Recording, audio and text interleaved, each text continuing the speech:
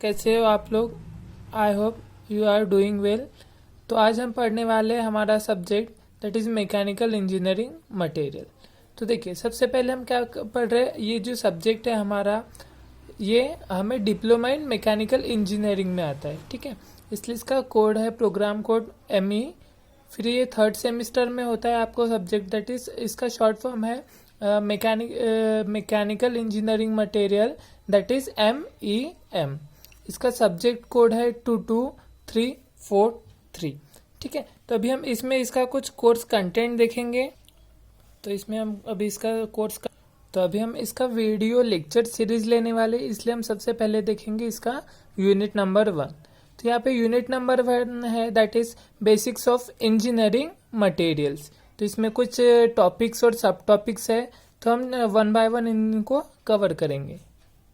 इसमें पहला टॉपिक है classification of engineering materials. Second is crystal structure, unit cell and specialities, microstructure, types of microscope, sample preparation, etching process, type of etchant.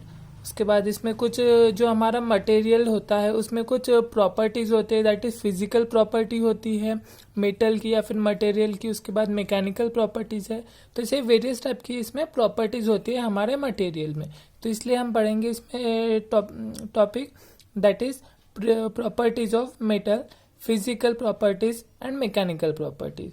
उसके बाद इसमें कुछ जो हमारा मटेरियल होता है उसके कुछ हार्डनिंग प्रोसेस करते हैं हम उसके लिए। क्यों करते हैं? क्योंकि हमें उसका जो नंबर ऑफ हार्डनेस होता है, जो हमारा मटेरियल है वो कितना हार्ड है वो चेक करने के लिए हमें हार्डनेस टेस्टिंग प्रोसीजर करना पड़ता है। तो इसके लिए हमारे पास कुछ टेस्टर्स दिए रहते हैं, तो वो उसके बारे में हम डिटेल स्टडी करने की कोशिश करेंगे। तो यहाँ पे 2 टाइप के टेस्टर्स दिए गए हैं, that is hardness testing procedure on Brinell and Rockwell tester. So I hope आप लोगों को हमारा unit number 1 that is basics of engineering material, इसका पूरा कंटेंट समझ में आ गया है। तो इसको हम 1 बाय 1 स्टार्ट करेंगे हमारे वीडियो लेक्चर सीरीज में। तो चलिए चालू करते हैं हम हमारा आज का पहला topic, that is classification of engineering materials के ऊपर। ठीक है, तो पता करते हैं इंजीनियरिंग मटेरियल होता क्या है। तो सबसे पहले देखेंगे कि जो हमारा मटेरियल होता है वो किस चीज़ से बनता है।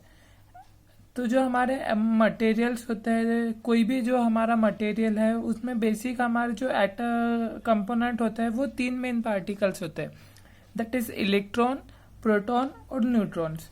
तो इलेक्ट्रॉन, प्रोटॉन और न्यूट्रॉन से मिलकर क्या बनता है, हमारा एटम बनता है। तो नंबर ऑफ एटम से हमारा क्या बनता है, कोई भी मटेरियल बनता है। ठीक है, तो इस तरीके से हमारा मटेरियल बनता है। तो अभी हम बात कर रहे हैं इंजीनियरिंग मटेरियल क्या होता है। ठीक है, तो इंजीनियरिंग मटेरियल क्या होता है, जो ऐसे मटेरियल जो कि हम क्या करते हैं, जिससे हम जो इंजीनियरिंग एप्लीकेशंस में उसको हम यूज़ कर सके, इंजीनियरिंग एप्लीकेशंस में यूज़ कर सकते के, जैसे कि उसका कुछ यूज़फुल इंजीनियरिंग कंपोनेंट बना सके, उससे कुछ एप्लीकेशंस बना सकते हैं, कुछ कंपोनेंट्स बना सकते हैं जो कि डेली यूजेस में हमें काम आता है, मैकेनिकल कंपोनेंट्स में काम आता है। तो वो उन सब मटेरियल्स को हम क्या बोलेंगे, इंजीनियरिंग मटेरियल्स, क्योंकि उससे हम क्या बना रहे हैं, उसके ऊपर वेरियस प्रोसेसेस कर रहे हैं, हम उसको मैलिएबल प्रोसेस अप्लाई कर रहे हैं, उसके बाद रोल कर रहे हैं, उसको हैमर कर रहे हैं। ठीक है, तो इससे हमें क्या मिल रहा है, डिफरेंट प्रॉपर्टीज अवेल हो रही है। तो और उन प्रॉपर्टीज हम क्या कर रहे हैं, उनको हम कन्वर्ट कर रहे हैं, जो हमारा यूजफुल मटेरियल है उसको हम किस में कन्वर्ट कर रहे हैं, जो हमारा पार्टिकल है, जो हमारा कंपोनेंट है उसको हम क्या कर रहे हैं, अपने यूजफुल इसमें कन्वर्ट कर रहे हैं। तो दैट इज इंजीनियरिंग मटेरियल। तो चलिए, ये हो गया हमारा इंजीनियरिंग मटेरियल। अब हम देखते हैं इंजीनियरिंग मटेरियल का क्लासिफिकेशन। तो ये फिर से 3 टाइप में इसका क्लासिफिकेशन होता है, दैट इज पहला होता है मेटल, उसके बाद है सेकेंड नॉन मेटल, और थर्ड होता है हमारा मेटालॉइड।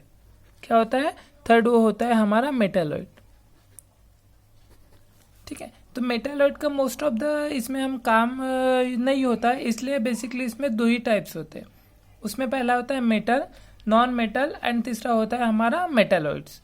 तो अभी हम इसको 1 बाय 1 समझते हैं। तो देखो, मेटल क्या होता है, मेटल्स मीन्स क्या होता है, ऐसे इंजीनियरिंग मटेरियल जो मेटालिक प्रॉपर्टी पजेस करता है, दैट इज मेटल। ठीक है, तो मेटल की डेफिनेशन क्या है यहाँ पे, an engineering material which possess metallic property is known as metal. तो इसके एग्जाम्पल्स में iron, copper, nickel, chromium, tungsten. ठीक है, ये हमारा मेटल। उसके बाद है हमारा second, that is non metal. तो नॉन मेटल क्या होगा, तो इसमें क्या होता है, जो हमारे इंजीनियरिंग एप्लीकेशंस होता है या फिर इंजीनियरिंग मटेरियल होता है, वो क्या करता है, इसमें मेटालिक प्रॉपर्टी पजेस नहीं करता। इसमें क्या होता है, नॉन मेटल में मेटालिक प्रॉपर्टी पजेस नहीं करता, इसलिए हम बोलते हैं इसको नॉन मेटल्स। ठीक है, तो नॉन मेटल्स के एग्जाम्पल्स में है wood, plastic, rubber, glass, ceramics. तो this are the examples of non metals. उसके बाद अभी हम बात करते हैं मेटलॉइड। तो मेटलॉइड क्या होता है, मेटलॉइड मीन ऐसे मटेरियल होता है जो दोनों प्रॉपर्टीज पजेस करता है, जिसमें मेटल की भी प्रॉपर्टी होगी और साथ ही साथ में नॉन मेटल की भी प्रॉपर्टी होगी, तो उसको हम बोलेंगे मेटलॉइड। समझ में आ रहा, तो देखो मेटलॉइड क्या है, an engineering material which possess both the properties of metal as well as non metal is called as metalloid. तो मेटलॉइड के एग्जाम्पल्स में है सिलिकॉन एंड बोरॉन। तो हमें मेटलॉइड को उतना काम नहीं, इसलिए हम मेटलॉइड को साइड में इसमें शो नहीं किया। उसके बाद आता है नॉन मेटल्स। तो नॉन मेटल्स के ऊपर भी हमें बेसिक स्टडी करना नहीं है, इसलिए हम क्या करेंगे, नॉन मेटल्स का भी उतना डिटेल्स स्टडी नहीं करेंगे। लेकिन फिर भी मैं एक बार आपको रिवाइज कर दे रहा हूँ। तो देखो नॉन मेटल्स में क्या होता है, नॉन मेटल्स में भी दो टाइप्स होते हैं। उसमें पहला होता है organic and second one is inorganic. तो ऑर्गेनिक मतलब क्या है, जो हमें नेचुरली प्रोवाइड होता है, वो होता है हमारा ऑर्गेनिक। ठीक है, उसके बाद ऑर्गेनिक में क्या है, उसमें वुड हमें नेचर से मिलता है, उसके बाद लेदर एनिमल से मिलता है, उसके बाद पेट्रोलियम प्रोडक्ट्स। ठीक है, उसके बाद रबर। तो ये these are the organic products. उसके बाद है हमारा इनऑर्गेनिक। तो इनऑर्गेनिक में हम क्या करते हैं, ग्लास मैन्युफैक्चर करते हैं, सिरामिक्स हो गया हमारा, उसके बाद सीमेंट। ठीक है, तो ये सब किस में आता है, इनऑर्गेनिक कैटेगरी में आता है। तो अभी हम देखेंगे मोस्टली हमें नॉन मेटल का और मेटलॉइड का इसमें कोई पार्ट नहीं है, क्योंकि हमें हमारा जो मेन फोकस एरिया है वो पूरा मेटल के ऊपर, इसलिए हम ज्यादा ध्यान मेटल की तरफ देंगे। तो इसमें मेटल की जैसे अभी मैंने डेफिनेशन बताया था, मेटल क्या होता है, an engineering material which possess metallic property is known as metal. तो उसमें दो टाइप के उसका फिर से क्लासिफिकेशन होता है। तो उसमें पहला होता है फेरस और सेकेंड होता है नॉन फेरस। समझ में आ, तो फेरस क्या होता है, फेरस मीन्स इसमें क्या होता है, ये मिक्सचर होता है, इसमें आयरन और साथ में इसमें अदर अलॉइंग एलिमेंट्स होते हैं। लेकिन मेन इसमें क्या होता है, इसमें प्रिंसिपल जो हमारा फेज मेटल होता है, दैट इज बेस मेटल होता है, वो इसमें आयरन होता है। और इसमें क्या होता है, इसमें जो हमारा फेज मेटल होता है वो अदर देन आयरन होता है।